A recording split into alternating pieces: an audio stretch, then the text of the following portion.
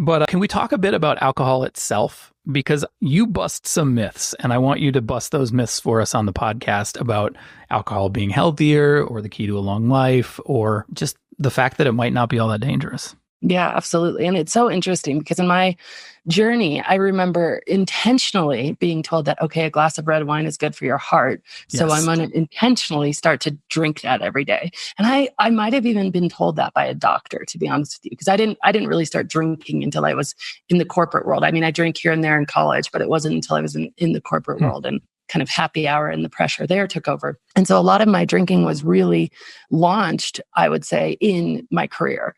And I didn't have any inkling that it wasn't healthy for you. In fact, I thought it was healthy for you. And certainly we all know in the back of our mind, well, yeah, we see, somebody on the side of the road with a paper bag and a bottle of bourbon in it, and that's not healthy, but red wine certainly is healthy, right? And one thing that I noticed is how often I just read headlines, and when we've got the bias of social sharing, because we're going to share stuff, the science of sharing says we're going to share stuff that makes us feel better about ourselves, makes us more accepted by our peers. And those things then by their very nature are not always going to be the controversial thing. It's the echo chamber, right? Yeah. Right. Unless the controversial thing is like we're all rallying together against the controversial thing, but it's very much still going to be the tribal thing. So if you're in a social circle that's drinking a lot, sharing something about, I saw the article, a glass of red wine is more effective than half an hour at the gym, or moderate drinkers live longer than non-drinkers. That feels less ridiculous, but the gym one feels intuitively just ridiculous. Although I want to believe it. Right. You want to believe it.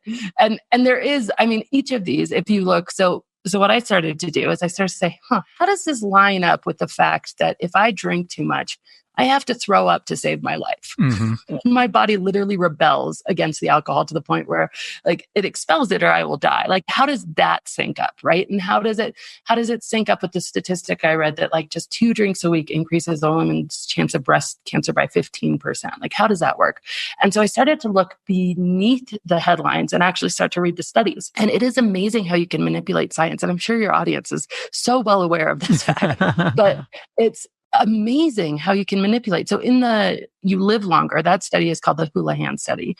And basically they looked at people over a very long period of time. It was more than 20 years. And they looked at how many of them died. Now they didn't look at cause of death, but they did look at other things like how active they were, how much they drank.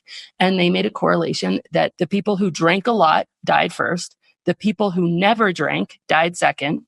And the people who moderately drank died third. What they left out of the headline that is very clearly written in the study is that the never drinkers were people who had either health issues or prior problems with alcohol. And that's why they weren't drinking for other reasons that would probably explain why they died earlier. Yes. And often that reason was a prior problem with alcohol. So they were sober in recovery. So they'd already done the damage to their liver. So then you have this headline saying moderate drinking makes you live longer. No, and it's just so far from reality. It's the same thing with red wine and heart health. So they basically did a study and it was in mice, where resveratrol, which is the compound in wine that is supposed to be really good for your heart, reduced, it was heart disease in mice. And so there's this huge study and they said, okay, red wine is good for your heart because it has this chemical compound, which by the way is also found in like blueberries and stuff like that. But let's conveniently leave that out, all these antioxidants and whatever. And then they did a study within the last few years where they actually decided to test this in, I believe it was either Italy or France, against people who were drinking lots of red wine and heart health. And they found that compound actually did not have an effect on human heart health. It was just in the mice that came up, and they couldn't replicate the mice study. But again, once that headline gets out there, you can look at this and you can say, okay, if there's a headline recently about no level of alcohol is safe for you. That came out about a year and a half ago. And nobody shares that one. Nobody shares it because crickets, you're not going to get the comments. Everybody's going to be like, you're a party pooper. What are you doing? Like, way to bring down the mood, right? But you get one that says, alcohol makes you live longer.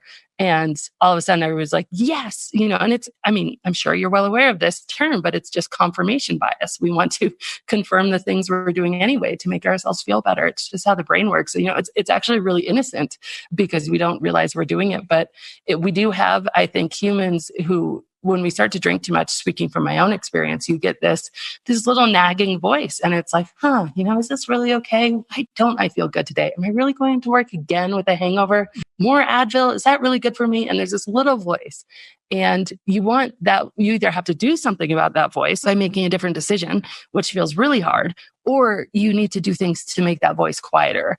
And some of these, confirmation bias, no, it is healthy for me. I saw this article. I'm going to look that up. I'm going to drink with my friends. I'm going to, all these things, so that we just make more and more peace with this question. And again, because the primary question we're asking is, oh no, do I have a problem? Right.